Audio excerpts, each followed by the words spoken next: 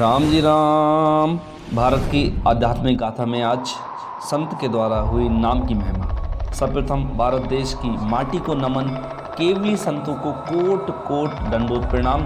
राम जी राम नीका धारा के समस्त फॉलोअर्स जो विभिन्न राज्यों में हैं एवं समस्त प्रेमियों के उज्जवल भविष्य एवं कोरोना से उनकी दूरी बनी रहे, ऐसा राम जी महाराज से भावपूर्ण अरदास करते हैं। इस कलयुग मशीनी युग में सदैव मानवता के लिए समर्पित नीका धारा अब डिजिटल मीडियम द्वारा आप तक पहुंच रही है।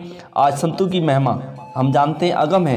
संत 4 डायमेंशनल कार्य करते हैं। संतों में सबसे बड़ी खूबी क्या, एक सा रूप होता है। मेला हो या अकेला हमेशा सील सांच में रहते हैं।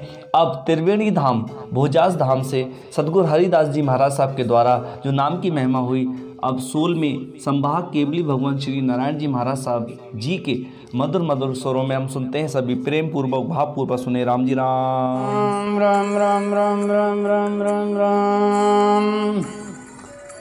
हरि पुरुष व सर्व का टीका। राजस्थान में हरिदास जी महाराज हुए, रास्ते में जा रहे थे, एक सर्प ने आकर के उन्हें घेर लिया। आगे का वृत्तांत आप सुने। जीमनेर भूम्यो एक ब्याल भार, सर्प बिना मृत काल। हरिदास रमता वाया, विराजा देख वृक्ष की छाया। एक काला भौमिया नांग वृक्ष के आसपास ही रहता। जो भी उधर से निकलता नांग उसको ढस लेता, मार डालता। एक दिन भजनानंदी संत उधर से निकले, घनी वृक्ष की शीतल छाया देखकर विश्राम लिया। दुर्मल बोता छाया निवास, जहाँ सर्प भूमिया का वास।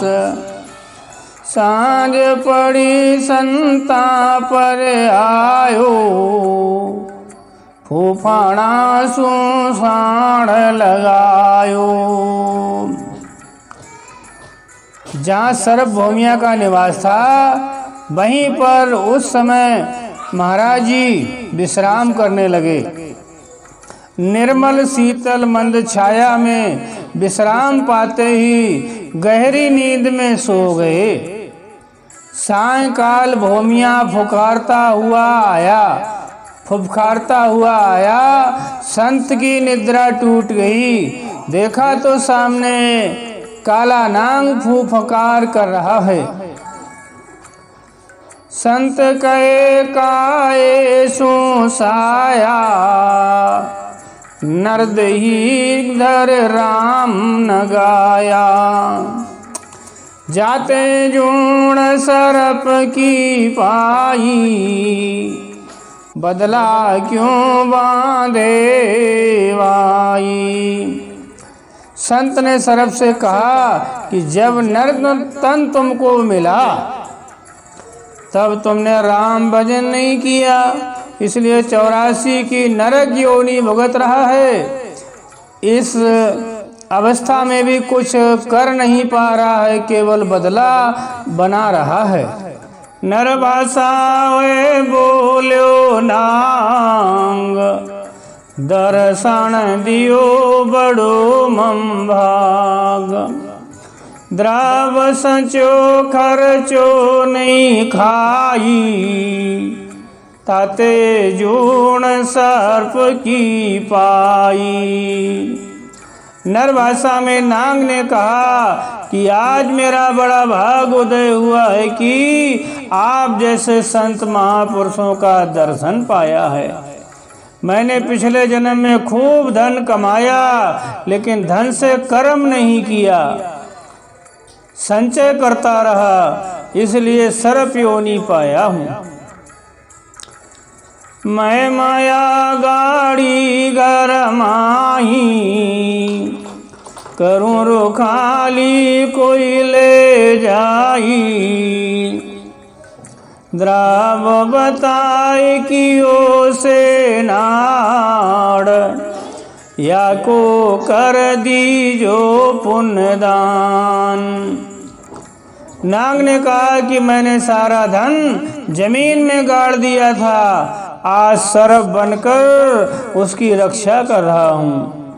मुझे डर लग रहा है कि कोई मेरा धन चुरा ना ले जाए, गलत जगह ना खर्च कर दे, इसलिए मैं भटकता रहा। अब आप जैसे महापुरुष हमको मिले हैं, इस धन का आप सदुपयोग कीजिए, पुण्य कर दीजिए। मैं आपको ये धन दान में दे रहा हूँ। परस्या चरण हुआ सुखदाई, त्यागो प्राण परम गत पाई। उपजो भाव नगर सब आयो, स्वामी एक बहुत दुख पायो। नाग ने संत का चरण स्पर्श किया, पुण्य द्रव्य स्वरूप प्राप्त करके सदगति को प्राप्त हुआ। सारा नगर इस चमत्कार को देख सुनकर संत के चरणानुरागी बने। इसी गांव में एक तांत्रिक साधु रहता था, उसे संत जी से बड़ी ईर्ष्या हो गई। आराधरण संतन के आयो, मरण को प्यालो विसलायो। गुरु तुम्हारा गोरखनाथ, चरणामृत भेजो मोयाथ।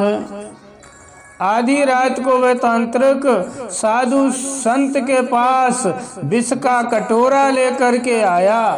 संत से बोला, आपके गुरु गोरखनाथ जी ने हमारे हाथ से तुम्हारे लिए ये चरणामृत भेजा है, स्वीकार करो।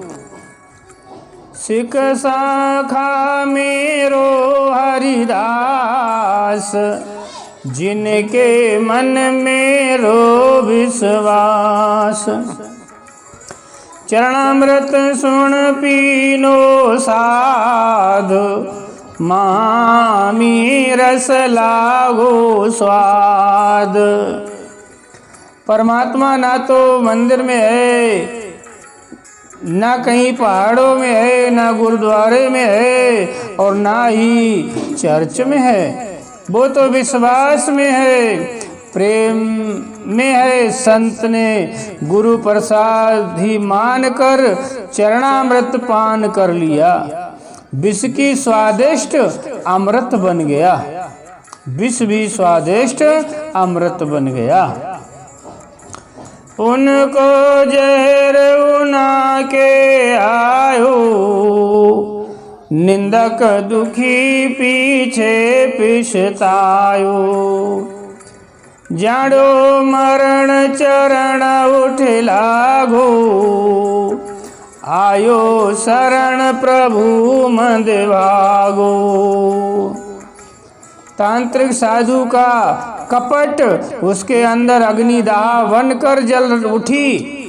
संत के लिए विष अमृत बन गया, लेकिन तांत्रिक के लिए बिना विषपान किए ही जानलेवा हो गया। तांत्रिक ने संत का चरण पकड़ लिया, माफी मांगकर शरणागति ले लिया। संत की शरण मरण नहीं पाऊ, जियूं जते राम गुण गाऊं। तन मन धन सब अर्पण कीनो, संता जीवायर लीनो। तांत्रिक बोला, हे गुरुदेव जी, हमारी रक्षा करें, हम आपके शरणागति में हैं। जब तक तन में प्राण है हम आपकी सेवा करेंगे, सांस उच्छ्वास में भजन करेंगे। संत ने करुणा करके तांत्रिक को अपना लिया और भजन का भेद बता दिया। तीर्थ एक निर्मलो जाड़, बहुता यात्री करे स्नान। नरपति एक पुण्य की सीर, दवा 10 मण करावे खीर। एक तीर्थ में दूर दूर से यात्री दर्शन पर्शन हेतु आते थे। राजा 12 मन का खीर बनवाकर यात्रियों को प्रसाद करवाता था। बाद में उस पुरी के ब्राह्मण भी भोजन जीमते थे। उनी पुरी का ब्राह्मण आवे, यात्री एक नाहे जिमावे। सिकरो एक सरप ले आयो, उनी खीर में वेले छिटकायो।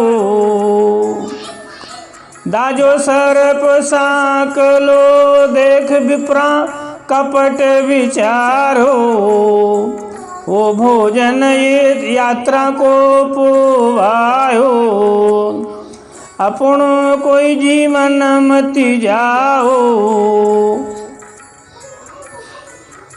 एक दिन एक सीकरा सरप को लेकर उड़ता हुआ जा रहा था। संयोग बस उसके हाथ से सरप छूटकर खीर में आ गिरा। ब्राह्मणों ने देखा कि खीर तो जहरीली हो गई। सबने विचार किया कि खीर का क्या करें। सबने मिलकर राय दिया कि यात्रियों को खीर खिला दो, नगर के ब्राह्मणों को आज भोजन मत करने दो। वे यात्री जो होता जान, भोजन पाए भजा भगवान। यात्रियों को तो कुछ पता नहीं था, उन्हें तो प्रभु पर ब्राह्मणों पर प्रेम था, विश्वास था। इसलिए यात्रियों ने समय पर प्रेम से खीर का प्रसाद पा लिया और प्रभु का सुमरण करने लगे। दिवस दूसरे खीर रंधाई, पावे बेप्र मरे मर जाई। देखो, खीर जब तैयार हो गई, उसमें सरफ पड़ गया, तो ब्राह्मणों ने विचार किया हम लोग नहीं खाएंगे और जितने आने जाने वाले यात्री हैं इन्हें खिला देंगे। तो जो यात्री जाता था उसे खीर खिला देते थे। यात्री क्या जाने, वो भगवान का भोग लगाते थे और खीर जो थी वो अमृत बन गई।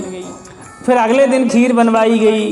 अगले दिन जब खीर बनवाई तो दावत करी पूरे नगर की, आओ सब लोग खीर जीमने के लिए। जो ब्राह्मण खीर खाता था वो मर जाता था, जो खीर खाता था वो मर जाता था, कि इन्होंने उनके साथ पाप किया।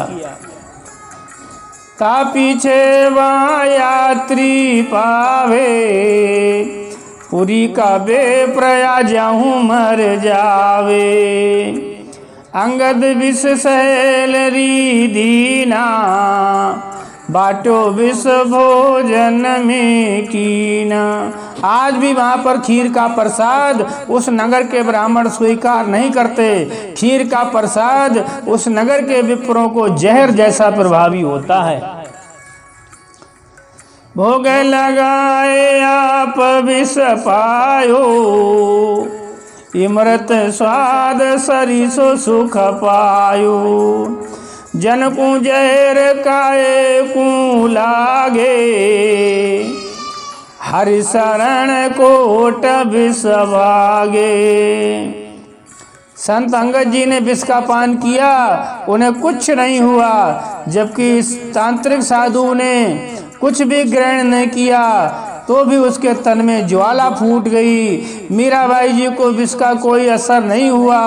उस नगर के ब्राह्मण अंगद ने भी विष पान कर लिया, लेकिन उसको प्रभु का प्रेम प्राप्त है, प्रभु के नाम स्मरण में लीन है, उसको कोई भी विघ्न बाधा नहीं व्याप्ति, नहीं सताती है। राम ही राम।